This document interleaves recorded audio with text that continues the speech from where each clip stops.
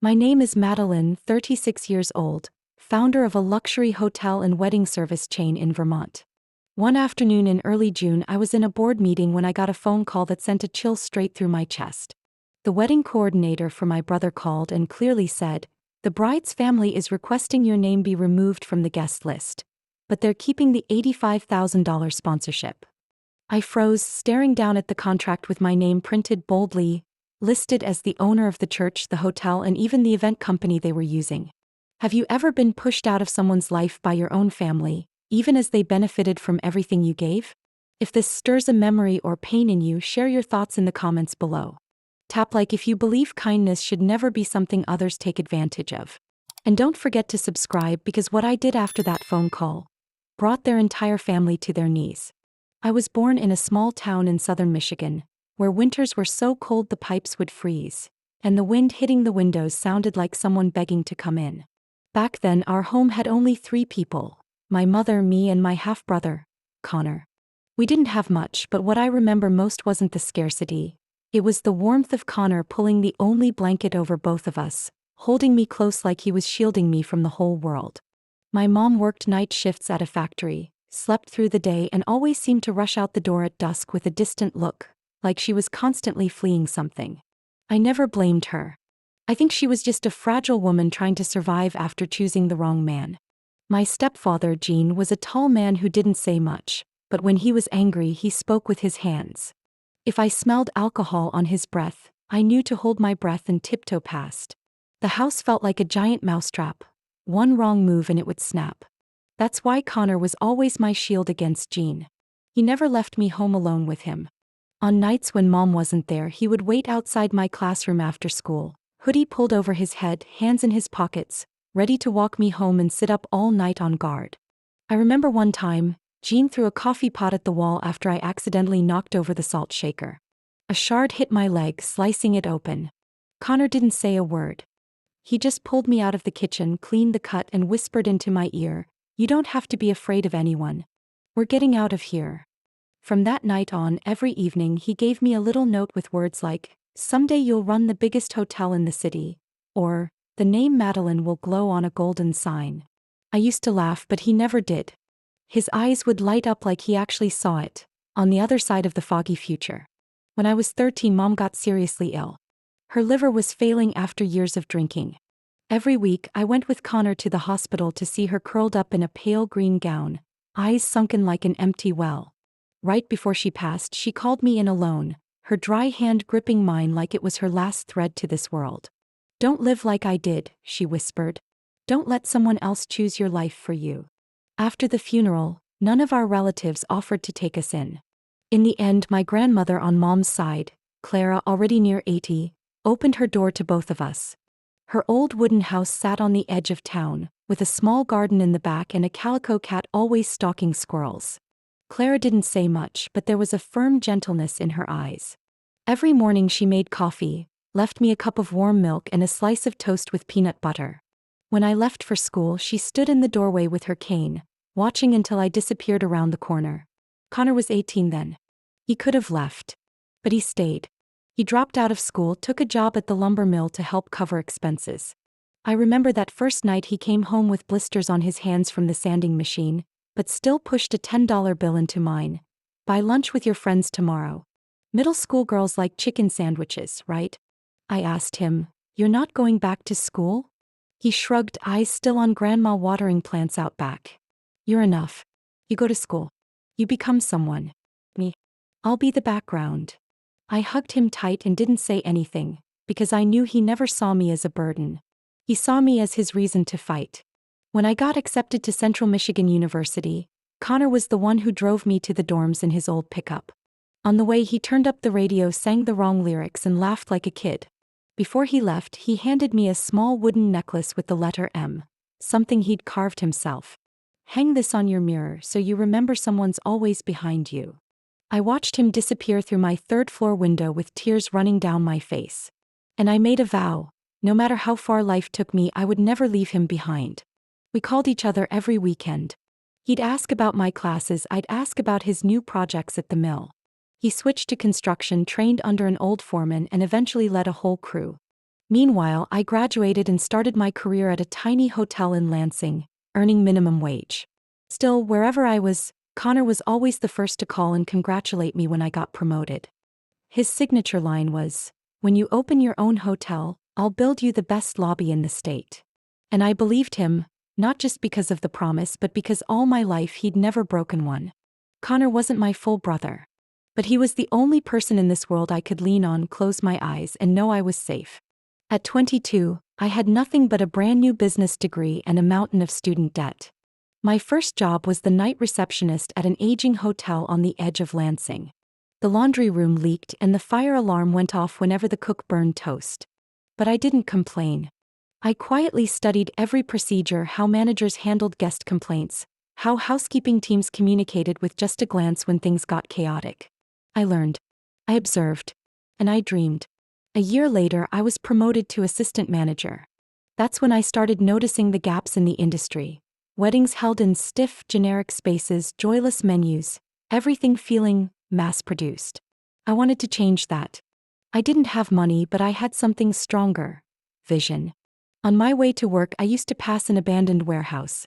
The bricks were crumbling, the iron doors rusted, the roof full of holes that leaked whenever it rained. But I saw something different: string lights hanging from the high ceiling, white flowers draping the walls, and a couple dancing to violins beneath it all.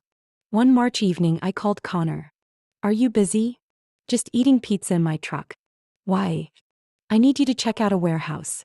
I want to turn it into a wedding venue." He was quiet for a moment, then chuckled. "Give me the address. I'm on my way." I still remember the way he stepped into that dusty space, afternoon light casting across his paint-splattered face. He scratched his head, looked around, and asked, "You're gonna host weddings with those wires hanging like jungle vines?" I laughed. "Not yet. But give me 6 months and a little magic." He pointed to the ceiling. "If that thing falls while people are saying vows, it'll be magic all right, just the wrong kind." Then he helped me. Didn't take a dime. Every weekend he drove from Grand Rapids, bringing tools, workers, leftover materials from other job sites. They patched the roof, installed lights, rebuilt the bathrooms.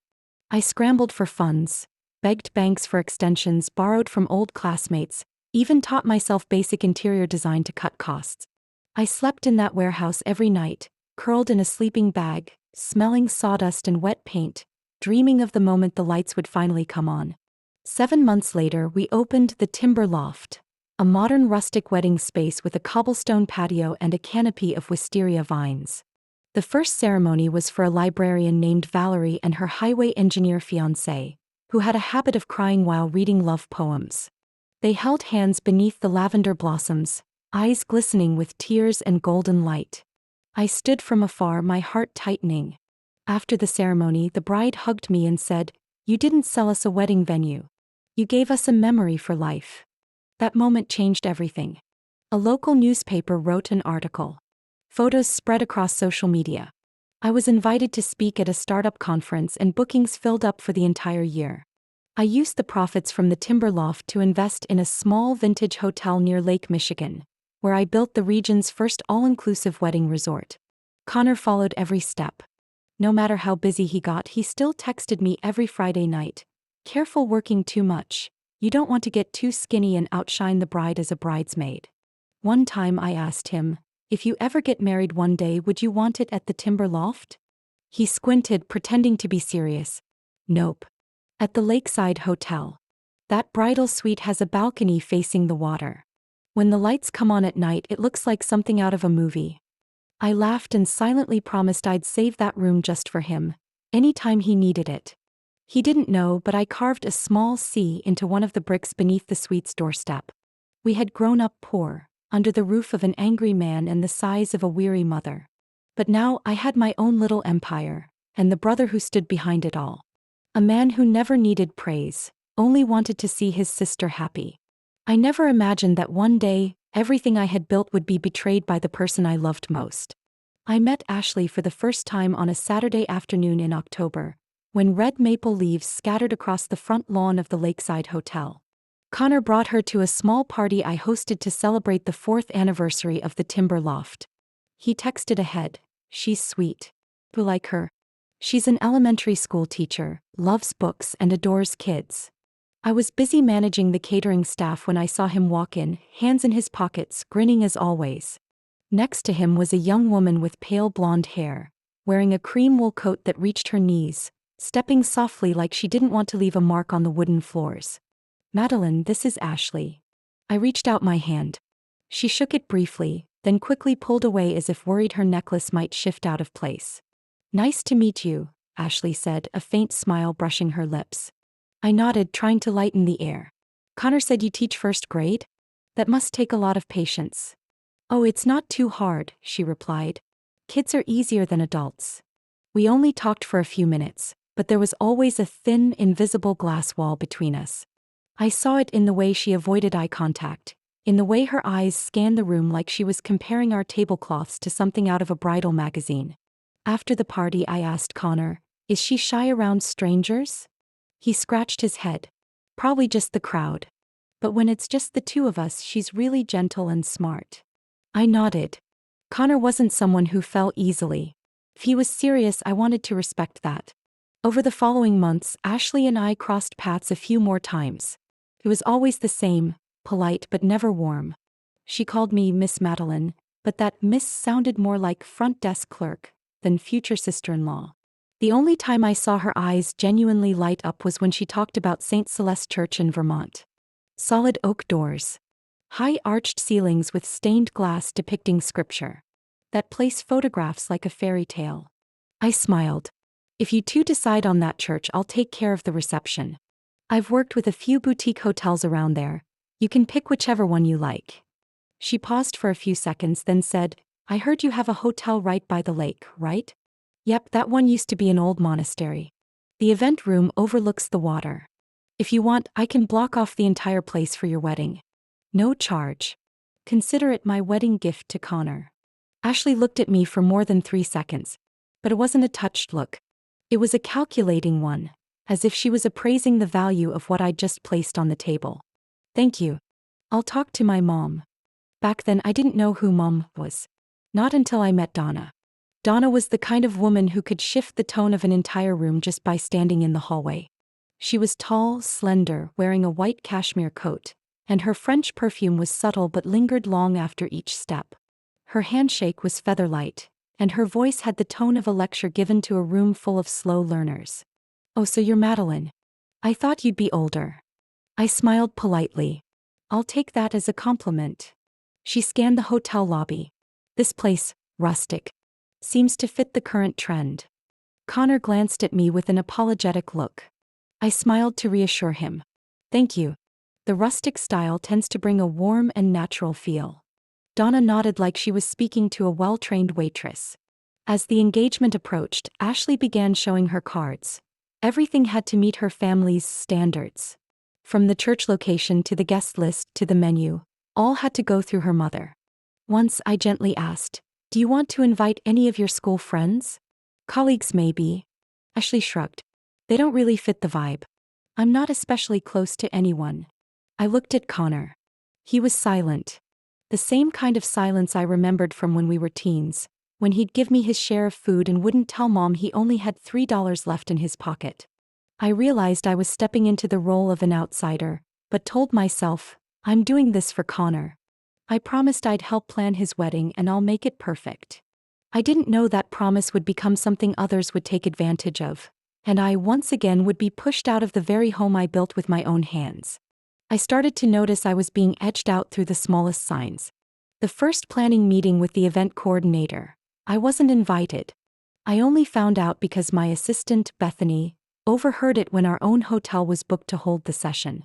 When I asked Connor, he brushed it off. "Ashley probably thought you were too busy." I stayed quiet, not wanting to put pressure on him. I had assumed that as the sponsor, the hotel owner, and the groom's sister, my presence would be a given. But to Ashley, everything seemed to need tighter control. The menu tasting was scheduled the following week at the restaurant in my hotel. My 2 lead chefs, both of whom had worked in 5-star hotel kitchens, prepared a curated set of dishes based on Ashley's email. They waited over 2 hours in the kitchen. Table settings were arranged with candles and fine linens. But in the end, Ashley sent a short message to Bethany, Let's reschedule. My mom found a private chef through a family friend. No apology. No new date offered. I called Connor that night. The phone rang a long time before he answered. I just wanted to ask, what happened with the tasting today? He sighed. Ashley said her mom knows a chef who used to work for the Harrington family. They want to explore a different style. What about my chefs? They spent a whole week prepping for today. Connor went silent. Then said, not angry, just flat. You seem a little too invested in this, Madeline. I froze. I'm just trying to make sure everything is perfect. I thought I could help. I know you're trying to help, but sometimes you get too involved. This is our wedding. We need space to make our own decisions. Something in me tightened at the sound of the voice that used to call me the only family he had left. Space. I had given him more than space, I gave him a foundation. The entire venue, every service, every single cost. I was behind it all. I never asked for thanks, but the least I expected was not to be treated like an outsider. The following week, I received an email update from the planner, someone Ashley had hired privately, announcing a full change to the wedding color scheme, from cream and gold to white and pearl. Along with it came specific requests to change every tablecloth, ceiling silk floral and chair cover in the reception hall. When I replied with a professional suggestion that such changes would impact both budget and timeline, the planner's answer was brief. The bride has been informed of your comments. All further decisions will go through her or Mrs. Donna. I looked at the signature block. Nowhere was my name mentioned as the venue provider. Just, event coordinator on behalf of the bride's family. At the most recent meeting at St. Celeste Church, where the main ceremony would take place, I wasn't invited. Ashley came with her mother, the planner, and a design team, choosing everything from curtain shears to the type of candle scent in the aisle. When I asked Connor about the meeting, he just shrugged. Seemed like small stuff. You probably would have gotten bored listening to them talk for hours. I didn't react, but when I closed my laptop, my hand trembled slightly. Just a few weeks ago, Ashley still called me Madeline whenever she needed a signature.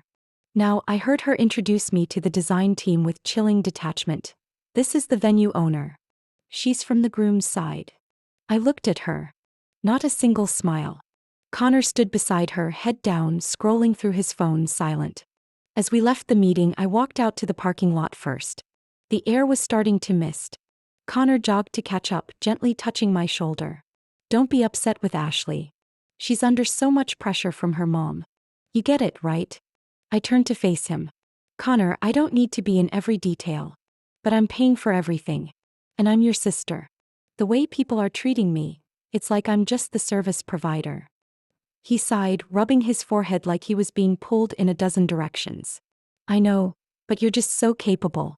You handle things so well, people assume they can do it without you. I looked at him longer than usual. And in that moment I realized, Ashley and her mother weren't the only ones pushing me out of this picture. The person I trusted most was quietly stepping back too. Not with words, but with silence. And that kind of silence cuts colder than a January wind. On Monday morning, just a little over 3 weeks from Connor's wedding, I walked into my office as usual. On my desk was a stack of invitations returned from the print vendor we worked with, wedding invites for our venue's events. I opened each envelope, scanned every stamp, but none were from Connor or Ashley.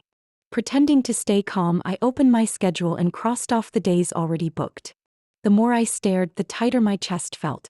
I couldn't find a single reservation marked for my brother's wedding, despite knowing for certain they had reserved the reception rooms and selected the highest tier package I'd ever created. Every confirmation had been signed off by the bride's planner through Donna, with the recipient listed as the Willow Creek Hotel, owned by me. At first, I thought it was just a clerical error. I called David, our hotel operations manager. His voice faltered as he realized he'd have to confirm what I was already beginning to suspect. Madeline, I should have told you sooner, but I really didn't know how. Your name isn't on the guest list for the wedding on the 18th.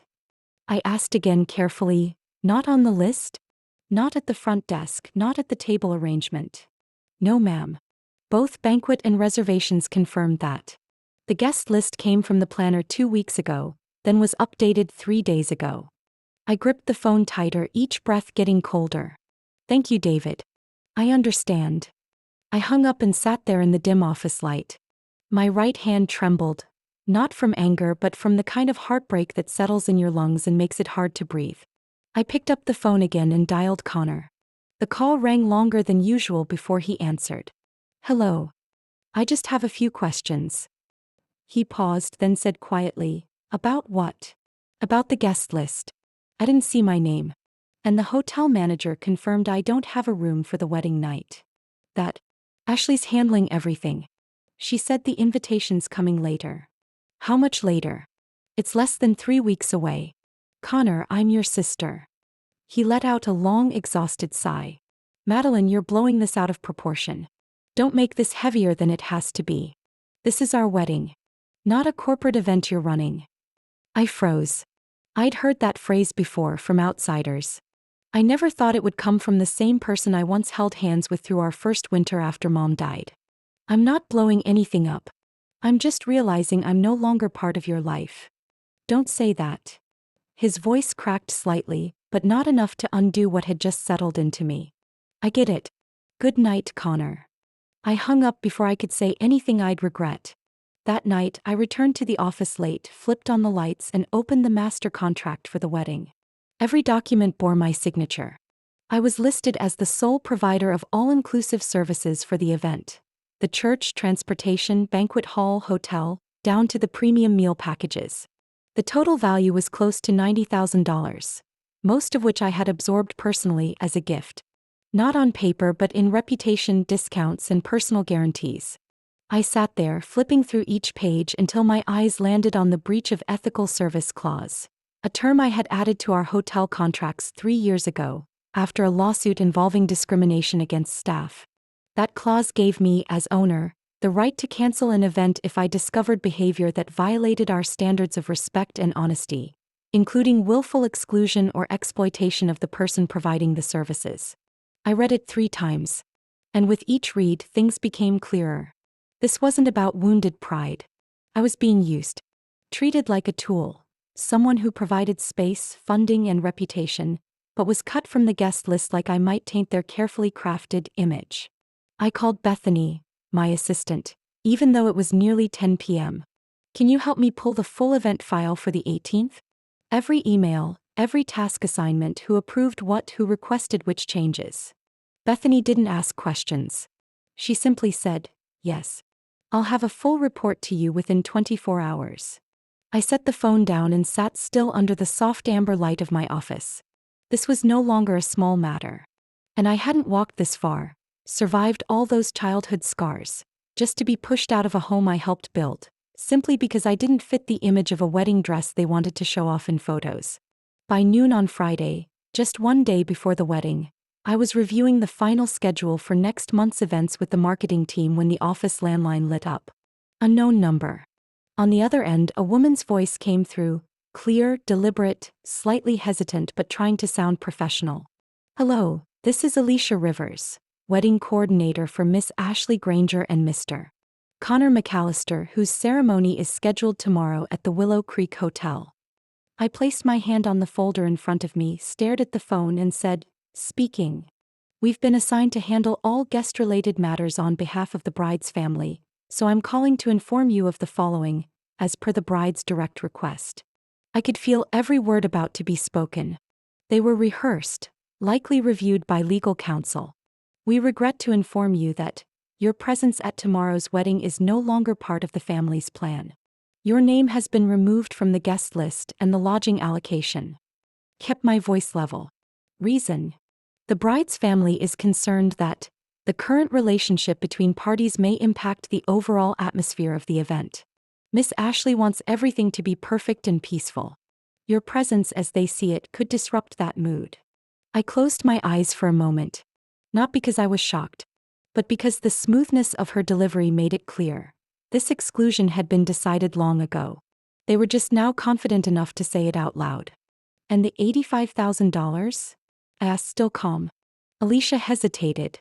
"That amount has been acknowledged by the bride's side as a pre-wedding gift, not bound by any contractual terms. It has already been allocated to vendors and is non-refundable per their individual policies." I leaned back in my chair, looking out the window where sunlight fell across the hotel's stone courtyard. I wasn't angry. I just felt a different kind of silence. One not born of hurt but the silence before a storm. The stillness of logic catching up with emotion. I gripped the receiver more firmly. Rivers, let me ask again. Are you confirming that I am not invited to attend a wedding held at Willow Creek, a venue I legally own with the service contract in my name, payment totaling $85,000 withdrawn from my company's account, and where all event operations fall under a system I founded, manage, and directly oversee? The line went quiet, like a pane of glass had just cracked. I wasn't made aware of ownership details. I was told you were a relative of the groom and contributed financially. I cut in gently, you should verify your facts. And before you tell someone they're unwelcome in a place they built with their own hands, you might want to ask who actually holds the power to decide. I understand. I sincerely apologize if this message has caused offense. I let out a small laugh, not angry, just amused. Rivers, I'm the one who designed the arch where the ceremony will take place. Who curated the floral arrangements, hired the executive chef, and trained every staff member who'll be working tomorrow. And you're telling me I'm a liability? Alicia was speechless. I could hear pages turning, followed by a hurried whisper from someone beside her. Warren, if what I said is incorrect, we can work something out. I stated clearly and firmly, you have 12 hours to relay this to the bride's family. If I don't receive a written apology and a formal guest confirmation by 5 p.m. today, tomorrow's wedding will be cancelled under the ethics clause in the contract. Cancelled? Yes. And not just the ceremony. All associated services. Accommodations, transport, dinner reception, lighting, sound, front desk coordination, and security. She choked. But you can't. I can. And I will. Silence lingered. Finally, she forced herself to respond with some composure. I'll pass along the message. Good. And I suggest you do it quickly. 5 o'clock comes fast when people aren't honest. I placed the phone down. Not harshly. Just decisively. I turned to Bethany, who had been silently standing in the doorway holding her tablet. Start preparing alternate staff assignments for tomorrow. Update the service list, retain vendors paid through my channels. Any vendor tied to their side. Terminate within 2 hours if we don't get confirmation. Bethany nodded. No questions. In that moment, I didn't feel like I was retaliating. I felt like I was reclaiming my rightful place in the life of someone I once believed would never walk away. And if it took canceling a wedding to restore basic respect, so be it. Right after putting down the phone, I opened my laptop and drafted an email with a simple subject line. Official notice. Event on the 18th will be cancelled without response by 5 p.m. today. I sent it to everyone involved. The planner, the hotel's legal team, front desk manager, logistics team, catering lead, security staff, and the operations group chosen by Ashley.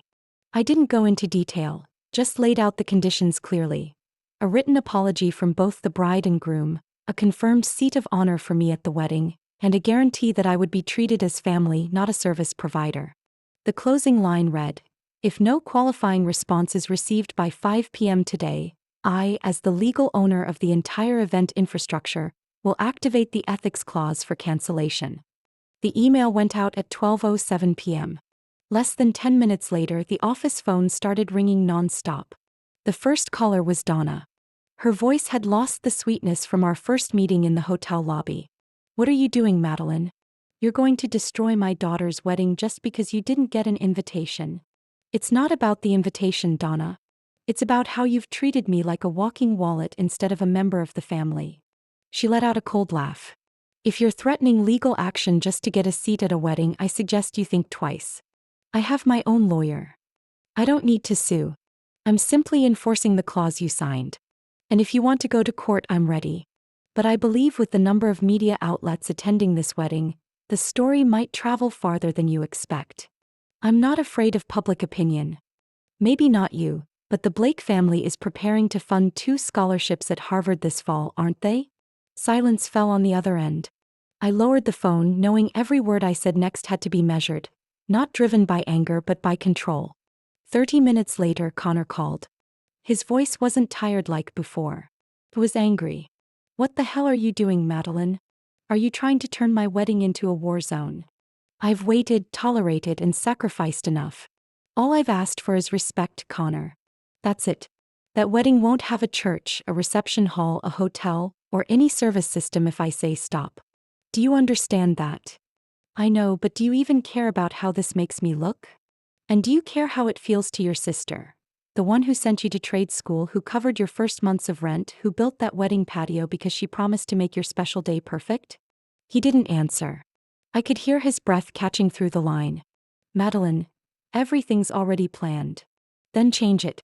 You have over 4 hours left to decide who matters more, the person in the wedding photo with you, or the one who's walked beside you since day one. At exactly 3 o'clock, I received a short email from the planner. We've forwarded your message to the bride and groom's families. Please await a response. At 4:15, the office phone lit up, a request to meet. It was Ashley's family lawyer. I asked my assistant to take them to the secondary conference room. The lawyer was a small man, graying hair, gold-rimmed glasses, holding a thick file. He explained that his clients had no intention of offending me, but my demand for a written apology under such sensitive circumstances was not feasible given the limited time frame. I opened the contract folder, flipping to the page bearing the client's red seal. I'm not asking for flowery words. Just 3 simple sentences. I'm sorry for excluding you from the wedding. I acknowledge that it was wrong. We invite you to attend as a guest of honor. That doesn't take 5 minutes to write. You can choose to do it or not. But come 5 o'clock, this event ends. He gathered his documents, gave a small nod, and left without promising anything. I returned to my desk, stared at the screen, hands wrapped around a now-cold cup of coffee. Almost no one in the office spoke. Everyone felt the tension in the air, like water still before a sudden storm. 4:50. No new emails. 4:57. Still nothing. 4:59, a message arrived. But it wasn't from Ashley. Not from the planner. It was from someone I hadn't expected, Connor McAllister. I clicked it open without hope, without defense. Just waiting to see where he stood. And why. At 4:59, I opened Connor's email with slightly trembling hands. The first line was brief. Do you have a moment? We need to talk. Less than 10 minutes later, there was a sharp knock at the door. I looked up, barely had time to react before the conference room door swung open. Connor entered first, followed by Donna with a frozen expression, Ashley sniffling, and a man in a gray suit, probably their private attorney. The air in the room was thick enough to cut with a knife. I rose slowly, said nothing, and gently pulled out the chair at the head of the table. No one acknowledged the gesture. What do you think you're doing? Connor broke the silence, his voice tense, face flushed. I sat down, meeting his eyes. You came to my office, which means you're here to listen, so listen. Donna stepped forward, placing a folder on the table. This is our legal notice.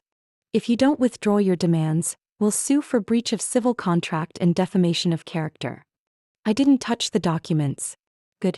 Then let me show you this. I opened my laptop and played an audio file I'd clipped earlier from my phone call with the planner. I turned up the volume. No edits, no fast forward. Yes, her name is Madeline, she owns the system, but the bride's family doesn't believe a staff member needs to be included on the guest list. We'll make sure she's kept away from the venue. As the planner's voice echoed clearly across the silent room, Donna arched an eyebrow but said nothing. Ashley clutched Connor's sleeve and whispered, I didn't know they said that. Didn't know. I turned to her. You didn't know you were standing in a chapel I bought in 2019, renovated with my own money under Connor's supervision for 6 months? You didn't know the hotel hosting over 80 of your guests is part of the chain I manage? Ashley blushed.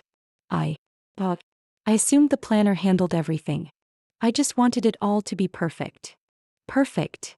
I echoed, then turned the screen to Connor, opening a scanned file. An internal memo the planner accidentally sent to the hotel manager, which I had saved. Connor read every line, his eyes locked on the screen. No need to consult Madeline on the menu. The bride's family wants to avoid confusion because the groom's sister is just a sponsor, not real family. I saw his shoulders sink slightly. Donna reached forward to grab the paper, but I calmly pulled it back. There's more, I said, flipping to the highlighted section. This one's from the bride's own mother. We can't let someone raised in a Michigan labor town ruin our Connecticut family image. This time Connor stood. He didn't shout. He didn't lose control. He just stared at Ashley. Did you say those things? Ashley began to cry harder. No, not me, my mom. I just wanted to keep things elegant, proper. Elegant enough to erase my sister from your wedding? Connor's voice was low and thick. Madeline was the first one to hug me when I failed that course in Spokane. She stuck by me through the year I didn't have a dime, gave me her car so I could work. Do you know how much money she had back then? $200 a week. But she still let me stay in her home, eat from her kitchen, sleep under her roof. Ashley sobbed. Donna stepped in front of her. Connor, don't let emotions cloud judgment. Everyone here has their reasons. This wedding is yours and Ashley's. Not some stage play for outsiders to crash. I kept my eyes calm, but inside my heart pounded steady and strong. I never wanted to crash anything. All I asked for was basic respect. If I'm really an outsider, then I'm afraid this entire building and everything inside it should be considered outside too. No one said a word. I stood up, closed my laptop, and pulled out a small printed folder. This is the termination confirmation letter. If I don't receive those 3 lines of apology by midnight tonight, then by morning, every staff member, from the church, the hotel, the head chef, the receptionists, to the operations managers, will officially be absent from the event. And the non-refundable clause will take effect. Connor gripped the edge of the table, hesitation in his eyes. He turned to Ashley. I don't understand. How did things end up like this? Ashley burst into tears. I didn't want you to lose face, but I also couldn't take the way your sister looks down on me. I looked straight at her. I've never looked down on you. I was just heartbroken that the person I once hoped would become part of the family couldn't make room for me, in her heart or on her wedding day. Connor said nothing else. The group left the room, leaving behind a heavy silence. I remained seated, eyes fixed on the wall clock. 5 minutes to 6. What tomorrow would bring was now up to them. The next morning, the sky over Vermont was a hazy gray. A light mist settled over the wooden rooftops surrounding the old church. I stepped out of the car, my dark dress brushing the tops of my ankles, each step heavy yet steady. The floral arch remained just as I had approved in the original design. Rows of pristine white chairs were lined perfectly, each seat holding a printed wedding program embossed with the names, Ashley Marie Whitmore and Connor James Rivers. I walked into the church. My heels clicked lightly on the stone floor, echoing in the still, solemn space. No one stopped me. No one looked me in the eye. Not a single greeting. But I continued to the front row, the one I'd arranged for Ashley's parents as suggested by the planner. They weren't there yet. I sat down, spine straight, eyes forward toward the altar, hands resting gently on my lap, not trembling. The string ensemble began their first piece. Guests trickled in. People whispered, exchanged glances. But when their eyes passed over me, the murmurs gradually faded, then stopped completely. Ashley appeared in a white lace gown, classic, holding a bouquet of ivory orchids. Connor stood waiting, his black tailored suit impeccable. But his face didn't look like a groom's. It was weighed down. The pastor began the ceremony. His voice was calm, warm, each word carrying through the air with solemnity. The atmosphere was so heavy it felt as though the entire church was holding its breath. I didn't blink, eyes locked on Connor. He never turned back. Not once. And if anyone here objects to this union, speak now or forever hold your peace. Not a sound.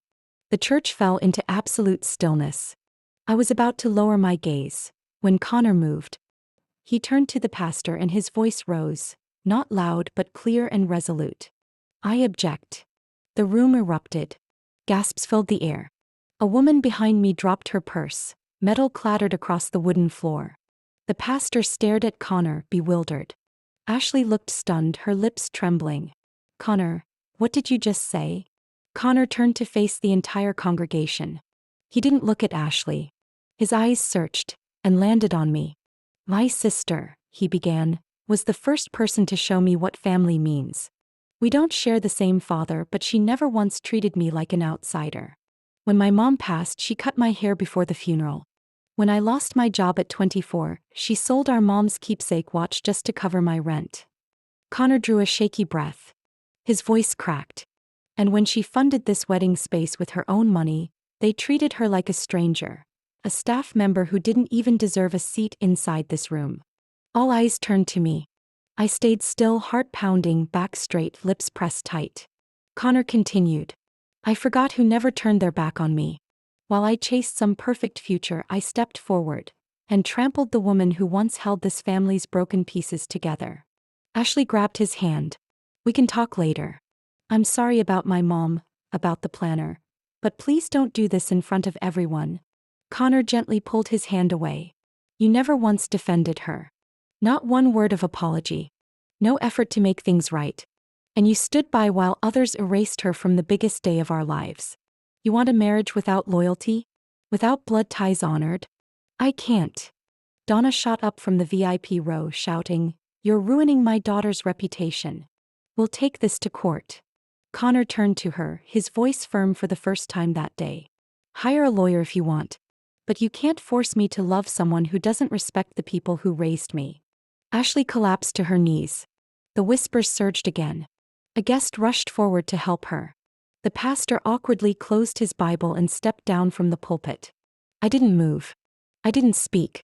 The whole room spun, yet I, the one who had been erased from every list, sat calm as if I'd known it would all come to this. Connor stepped down and walked straight to me.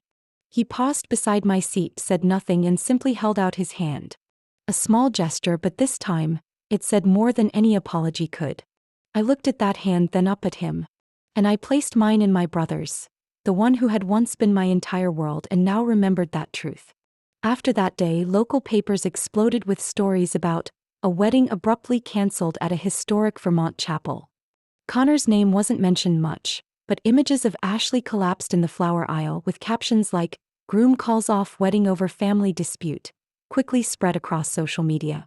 A few blogs even surfaced a video secretly recorded by a guest, Donna's furious threats to sue, echoing through the church. And just like cracks on old glass, it only took one strike for the whole thing to shatter. Donna Whitmore, once a key figure on Connecticut's State Scholarship Board, quietly resigned for personal reasons.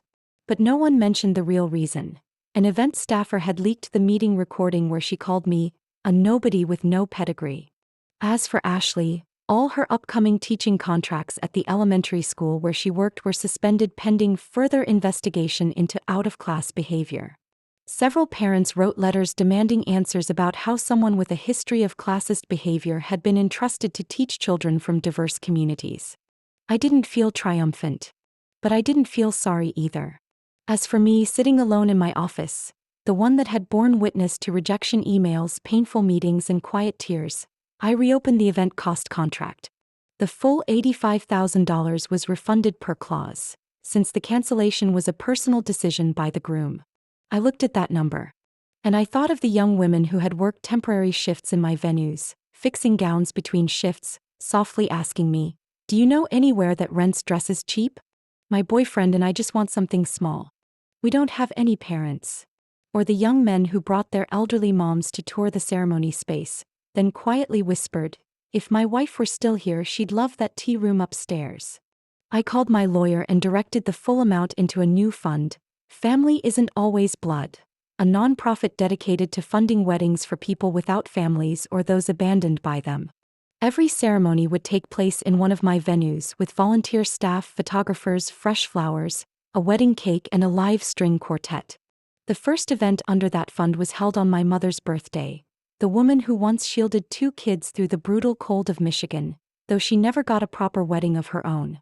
As for Connor, after that day he cut ties completely with the Whitmores. He moved into a small apartment near the community hospital project he was managing in Boston. He didn't say much, didn't visit me every day, didn't send flowers or gifts to apologize. But every Sunday I received a message from him. It's sunny today. Hope you're staying hydrated. Or, next week I'll swing by. Going to help you install the new lights in the entry hall. I didn't need fancy words. I just needed someone to show up when it mattered. And Connor was learning that, slowly but sincerely. One evening, as I was tidying up wedding cards from the foundation's first event, Connor walked in holding 2 cups of hot tea. He sat down across from me, eyes fixed on a card with a photo of two elderly men holding hands beneath a floral arch. "Do you ever think," he began quietly, "that maybe we were born into a family just to learn how to build a real one of our own?" I placed my hand over his. "A real family isn't where you're born. It's where someone chooses not to leave you, even when they have 100 reasons to walk away." Connor nodded, saying nothing. But I knew in that moment the past had closed. And we, those who once seemed permanently torn apart, were rewriting what family meant together. A year later, Vermont remained the same. Summer slipping gently across the deep green hills, with red maples hinting at the coming fall. I stood at the large glass door of the hotel's banquet hall, the very first hotel I bought after nearly 10 years of saving, and looked inside. The space was glowing with soft golden string lights, wildflowers in vintage glass jars, and wooden tables draped with ivory lace. Connor stood on a small platform next to Emily, the woman with eyes as clear as a fall lake and a laugh warm enough to soften any hard day. He wore a forest green suit and a linen tie, gripping the bride's hand as if letting go would make the dream disappear. Emily's dress was simple. No long train, no sparkling crystals. Just a soft fabric that embraced her like it was made just for her. I sat in the front row, this time as maid of honor. The wedding card read clearly, "Madeline Rivers, sister of the groom, honored guest." Beneath that was a line, "Thank you for reminding me what can never be replaced." There was no professional MC, no classical string quartet. A friend played guitar. Connor read his vows aloud. Emily laughed through tears. Everything was honest, grounded, and intimate, so much so that every person in the room could feel the warmth of family. When they exchanged rings, I held the bouquet in my hands a little tighter. Emotions swelled inside me, but I didn't cry. I just took a deep breath, holding on to the moment like a gift. After the celebration wound down and most of the guests had left, I stepped onto the hotel's second-floor balcony. A soft breeze danced through my hair, carrying the scent of fresh-cut grass and lavender from the potted plants lining the hallway. In the distance, the mountains glowed purple-blue under the fading light. A few amber lights still flickered below, reflecting off the small lake behind the hotel.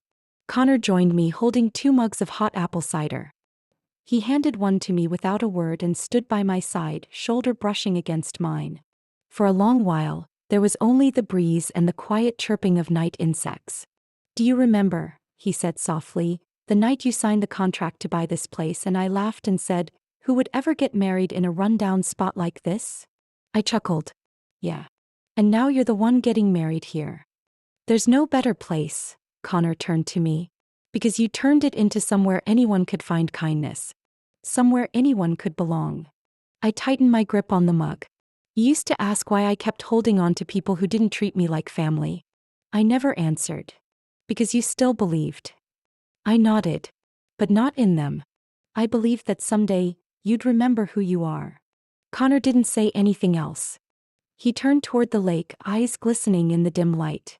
I looked back out at the scene before us. The strings of lights in the trees, petals scattered across wooden tables, and the chair I once sat in a year ago. Silent, alone, cut out of everything I had helped create. I once thought I'd lost my brother forever. But I hadn't. I had only lost the wrong version of him.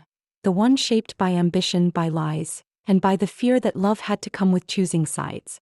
And when everything collapsed, when the only thing left was the truth, he chose to come home. I didn't lose a brother.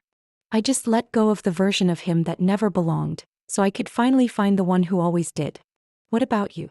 If it were you, cast out from a wedding you paid for, would you walk away in silence? Or speak up to protect something sacred that once lived inside your heart? Every family is its own universe, filled with love, hurt, misunderstandings, and forgiveness. But maybe the real question isn't how far we've drifted. It's whether we still have the courage to reach out and take each other's hands again when it matters most. Have you ever experienced a family dynamic like mine? Share your thoughts or your story in the comments below. Because sometimes, your voice might be the very comfort someone else needs when everything feels broken. If this story touched something in your heart, don't forget to hit like, subscribe to the channel, and turn on notifications so you don't miss the next story. Real, raw glimpses into family, betrayal, and the journey back to yourself. Because sometimes just one story is enough to light up a memory you thought was lost forever.